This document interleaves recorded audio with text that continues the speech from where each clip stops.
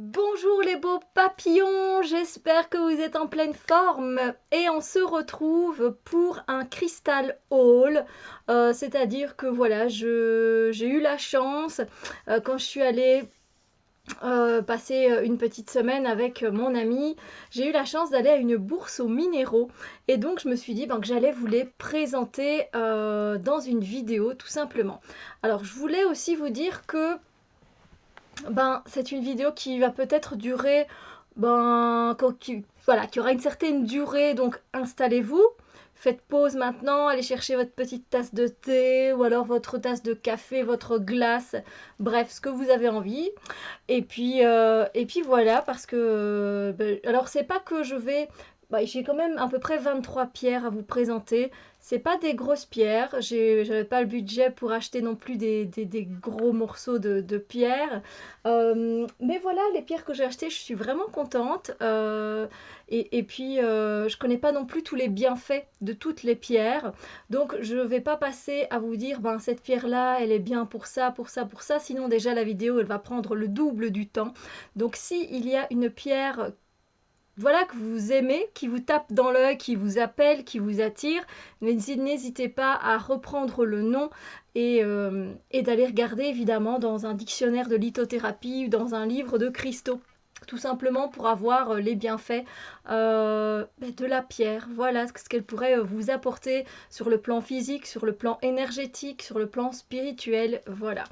Donc, alors je vais commencer parce qu'en fait elles sont dans des petits sachets. J'ai même pas encore eu le temps de les installer, j'ai envie de dire, quelque part sur mon hôtel ou voilà, dans une pièce ou l'autre. Donc, je vais vous présenter celles qui sont en dehors et en fait une avec laquelle je dors depuis 2 nuits maintenant. Donc, généralement, je dors quelques nuits avec la même pierre et puis je la nettoie et je change, je mets une autre pierre ou je n'en mets pas. Voilà. Eh bien, c'est une chrysoprase. Voilà, c'est une chrysoprase. Alors, je vais essayer de vous montrer au mieux parce que justement, j'ai fermé les rideaux pour pas que la lumière, là, vous voyez rien du tout, pour pas que la lumière vienne.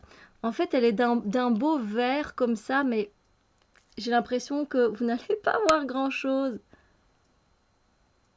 Et voilà, elle est toute douce, elle est vraiment très belle, mais voilà, déjà trop de lumière, j'ai l'impression, pour que vous puissiez la voir correctement. Donc, c'est une chrysoprase. Elle aide à l'assimilation, à la digestion. Donc je trouve que c'est pas mal de mettre ça en dessous de son oreiller la nuit pour pouvoir digérer des informations des fois vous savez qui passent pas très très bien. Donc voilà. Mais c'est vrai que d'ici on voit pas très bien la couleur en fait, hein. Mais ça rend mieux en vrai, hein, les teintes. Et là je sais pas faire mieux. Les rideaux sont fermés. C'est vrai qu'on a un beau soleil, mais voilà. Alors j'ai flashé aussi sur ces pierres-là, qui là, mon ami, elle a énormément de pierres, Steph, mon ami, elle a énormément de pierres, et il y en a qu'elle garde pour revendre, en fait, voilà, à une personne ou l'autre, selon les besoins de la personne, si elle en a besoin. Et moi, j'ai flashé sur ces pierres-là. Et je me dis, mais qu'est-ce que c'est que ça? Je vois le nom. Alors, elles sont mauves comme ça, je ne sais pas si vous allez pouvoir bien voir. Ce sont des lépidolites, voilà. Et j'ai été attirée par ces lépidolites. Elles sont magnifiques, vraiment, je les aime vraiment beaucoup. Mais voilà, encore une fois, la caméra ne va pas rendre justice aux pierres. L'épidolite, je ne sais même plus pourquoi c'est bon. Je pourrais me connecter, avoir les informations, mais si je le fais demain on est encore là. Donc voilà. La lépidolite. Alors après, j'ai trouvé... À chaque fois, je flashais sur cette pierre-là et je n'en ai jamais acheté. Et là, je ne sais pas, celle-là m'a attirée. C'est de l'aragonite. Voilà. Donc un beau morceau d'aragonite qui vient d'Espagne. On dirait vraiment des petits tubas, hein, comme ça. Alors, donc, est magnifique, vraiment magnifique. Voilà, cette aragonite. J'aime vraiment bien. Alors, j'ai flashé ensuite sur... Alors là, il va falloir que je me souvienne. Attendez, hein. J'ai pas envie de vous dire de bêtises, hein, j'ai noté tous les noms. Oui, c'est bien celle-là que je pensais, c'est un rubis sur fuchsite. Donc en fait, là encore une fois, ça ne rend pas justice, c'est vert en fait. Elle est verte avec du mauve dedans. Et alors en fait, comme on les a mis dans l'eau hein, pour les nettoyer. Et vous voyez qu'il y a du blanc, en fait c'est du calcium qui est venu s'incruster lors du nettoyage. À mon avis, il y avait une fissure. Et du coup, directement le calcaire est venu et voilà, c'est impossible à faire partir. C'est pas grave, hein, voilà, ça donne son charme à cette pierre. Donc un rubis sur fuchsite, voilà. Mais elle donne tellement mieux en vrai que voilà, la couleur elle a l'air fade quand je regarde. Il aurait fallu qu'il y ait un peu moins de lumière, ça aurait été parfait. Mais, euh, mais voilà, le rubis sur fuchsite. Ensuite, on va passer au paquet suivant. Paquet suivant, alors là j'ai trouvé, j'étais contente de l'acheter, c'est une pierre qui fait partie de mon chemin de vie, c'est le grenat, voilà, je suis bélier, généralement c'est les pierres, c'est une pierre qui convient bien à notre signe, hein. C'est un grenat, voilà, alors vous n'allez pas voir grand chose, on dirait tout simplement qu'il est noir et qu'il n'y a pas de reflet rubis dedans, mais si, ouais, voilà, donc c'est un grenat. Et moi, je suis vraiment contente. Voilà, peut-être qu'ici, vous allez peut-être voir un peu et la couleur rouge du grenat qui ressort parce qu'il y a quelques petites imperfections, comme on peut dire.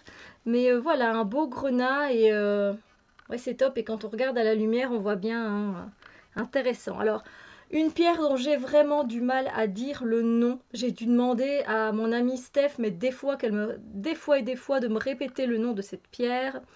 Cette fois-ci, je connais, c'est une chiastolite. Voilà, et souvent donc il y a une croix au milieu comme ça, et donc ça aide à mettre les limites, à être structuré aussi cette pierre. Donc bon, après je ne connais pas tous les bienfaits hein, de cette pierre non plus, mais c'est une chiastolite. Voilà. Donc c'est un petit morceau et ça m'avait quand même vachement parlé parce que ben, des fois c'est pas toujours évident de mettre ses limites ou d'avoir une certaine structure. Des fois moi je m'éparpille, hein, donc même souvent. Donc voilà. Ensuite j'ai trouvé une septaria. Mais alors c'est une septaria, je pensais pas que c'était une septaria, mais c'en est une. La particularité, donc, c'est que elle est ici, ben, elle est encore brute. Et puis, en fait, ici, elle a un dessin. Voilà. Et je sais pas, on aurait dit une petite abeille. Et du coup, bah, ça m'a bien plu. Et voilà, j'ai flashé sur le morceau. En fait, généralement, c'est ça, on se laisse porter un peu par le dessin qui est dessiné naturellement, hein. Donc voilà, la septaria qui, je sais bien ça, on se connecte à nos ancêtres, à tout ce qui est ancestral, tout ce qui est très terre aussi, donc voilà. La septaria, c'est une pierre que j'aime beaucoup, je la porte en pendentif aussi, alors pas celle-là, hein, mais j'en ai une en pendentif. Alors on va aller vers un autre petit sachet de pierre, vous voyez. Alors ici, j'ai pris en pendentif une jaspe paysage qui là aussi nous parle vraiment voilà, tout simplement de partir, hein, de partir, de voir d'autres paysages, de voir voilà, d'autres choses. C'est un des seuls pendentifs, je pense, que j'ai trouvé.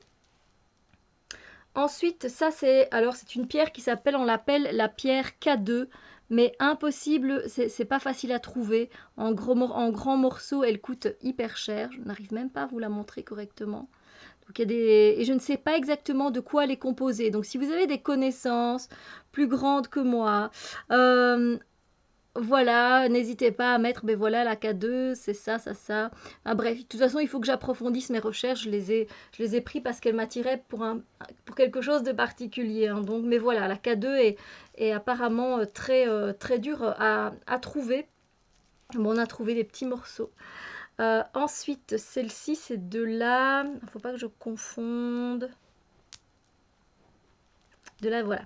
Ici, c'est de la tulite. et je ne sais pas exactement, c'est une pierre qui est un peu rose, qui fait penser un peu à la rhodonite ou à la rhodochrosite, non, à la rhodonite.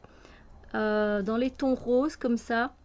Et là, vous ne voyez pas très bien et le rose ne ressort pas très fort, mais voilà, la tulite m'a attirée. Ensuite, c'est un quartz rutile.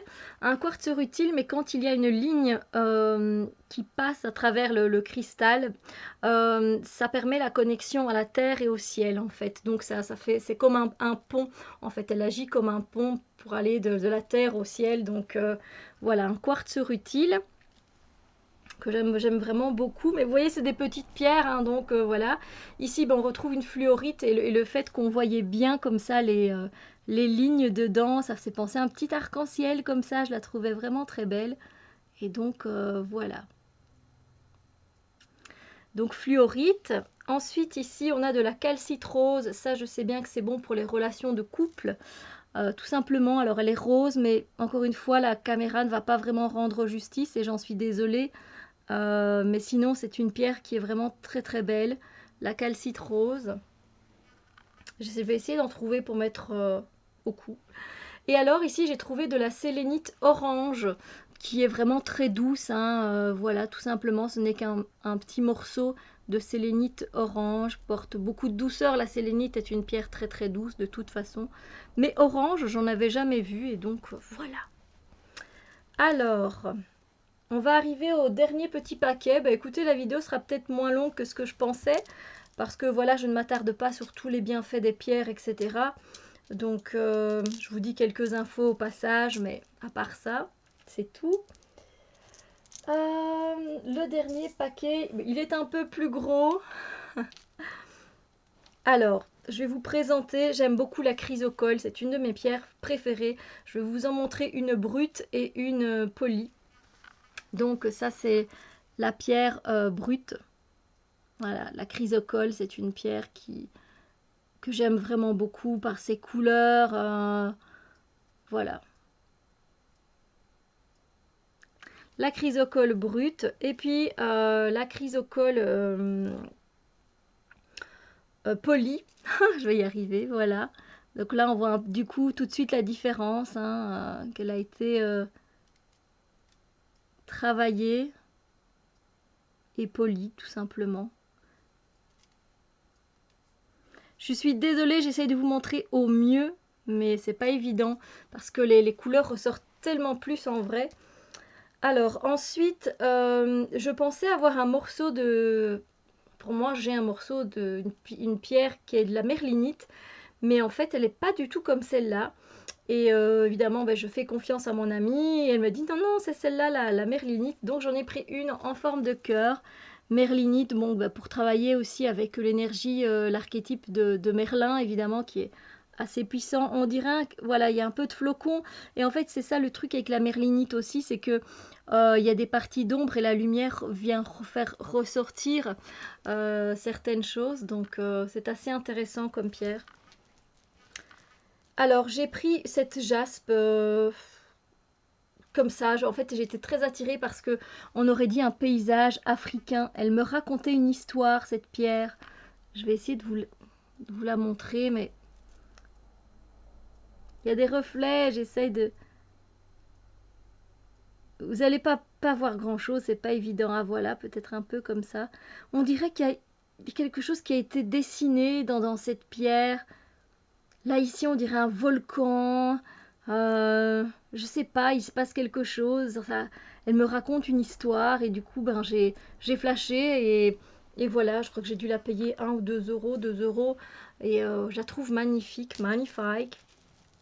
Ensuite, on arrive tout doucement à la fin. J'ai craqué pour cette belle apatite. Encore une fois dans les tons bleus, hein, comme ça, un peu comme la chrysocole. Alors vous allez peut-être voir ça noir, vert. On voit pas très bien, je suis tellement désolée, j'aurais bien voulu que ça ressorte tellement mieux, mais voilà, je peux pas faire mieux. Donc, mais c'est une belle apatite bien bleue et elle est magnifique. Et l'apatite, ben, je me sens attirée de plus en plus vers cette pierre. Voilà. Et alors la dernière chose que je me suis acheté. C'est un collier en calcite orange. Voilà. Il y a beaucoup de lumière, encore une fois, c'est pas évident à vous montrer, mais bref, vous voyez un peu, voilà, c'est un collier qu'on trouve, ces colliers-là, on les trouve un peu partout.